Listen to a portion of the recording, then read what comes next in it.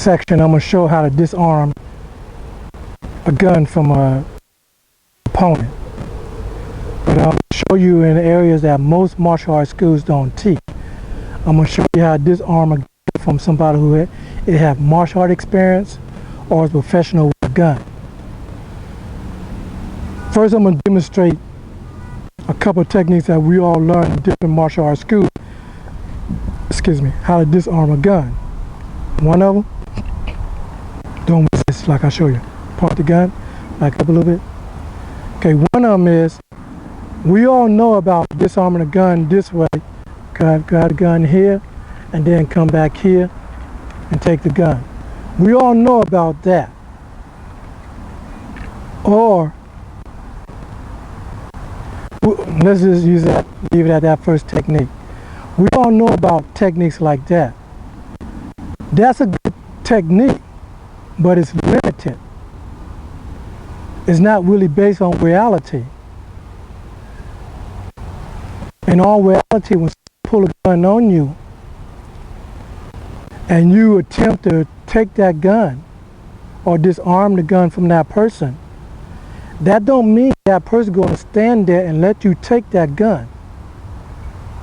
This is where a lot of martial art instructors fail to teach their students the reality of disarming an attacker with a gun or with a knife or with any other weapons. Because nobody going to be stupid and foolish enough to let you punch them, grab them, kick them, or take them down to the ground. Don't matter how skillful you are in the martial art or how skillful you think you are. Nobody's that stupid. I could be wrong, but I doubt it. In reality,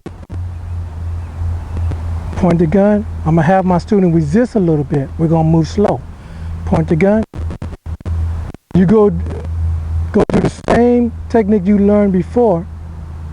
From here, you take the gun. See how she resisting? Move over so we could be in the corner. Okay.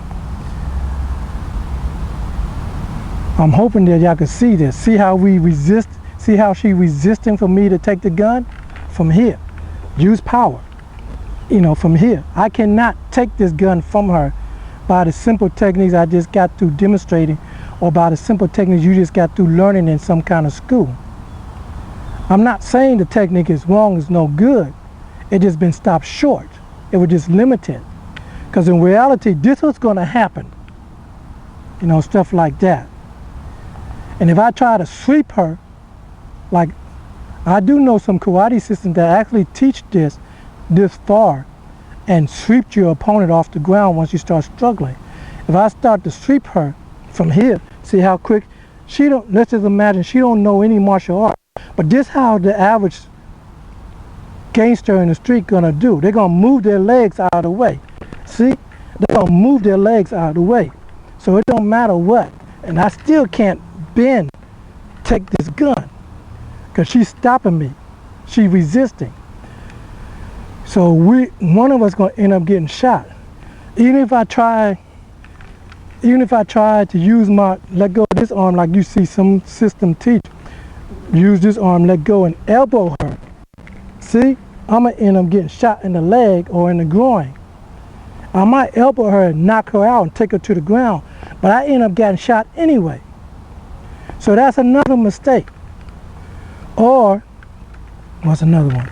From here, well, I might take this arm, see, same thing, and start punching. See, that's another mistake. All right, this is going to happen. These are all natural reactions of somebody who don't know the martial arts or may know a little bit something to defend themselves, to fight back against their victim. So either way, see, I might punch her, but I still got shot in the leg or in the foot or in the groin. So the technique didn't work. Not saying it's not a good technique, it's the instructor's fault. It's your instructor's fault, but limiting your defensive. Your instructor should have enough knowledge in the streets, that what's really going to take place in the streets. Because there's going to be time that if you get in a situation and you're struggling, it's going to end up like this, something like this. And we both, I don't have no mats because I don't want to get on the ground and get all muddy and dirty. But we both going to end up on the ground, struggling and wrestling on the ground for not to get shot. That's what's going to happen. But a lot of instructors don't teach that because they don't know how to defend against that. One, I'm going to start out with the basic and I'm going to work you up to advanced techniques, how to disarm when it comes to struggling. First, I'm going to start out with the very basic, how to disarm the gun with a simple break before you get into a struggle. Like somebody point the gun at you, from here, you redirect, break the arm. You push your left palm right behind the elbow while you hooking with the fingers the wrist and just break. How y'all doing? In reality, she gonna tighten up because she think I'm trying to grab the arm, and she gonna be already moving with the whole body. But since this is a demonstration, I'm gonna have her limited. But in reality, I'm behind. See, I'm behind the gun, and as soon as I'm in full position, the arm is broken. I pull with the right arm, and I push with the left arm right behind the elbow to break the arm. Then I take the gun, and her arm would dangle because it's broken or shattered. I'm not speaking because I just learned this as a self-defense tactic. I'm speaking as a professional bodyguard.